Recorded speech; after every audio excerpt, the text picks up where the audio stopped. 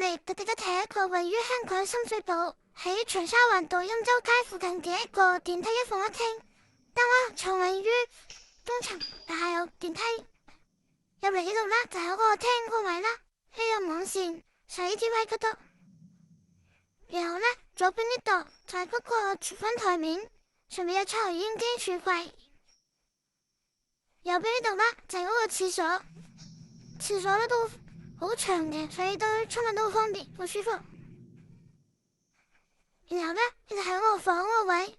打住擺床啦，有個洗衣，有個冷氣。房同埋個廳呢都有窗嘅，望住後邊啦，但係呢就好安靜嘅。有落餐位啊，兩個窗間門後面，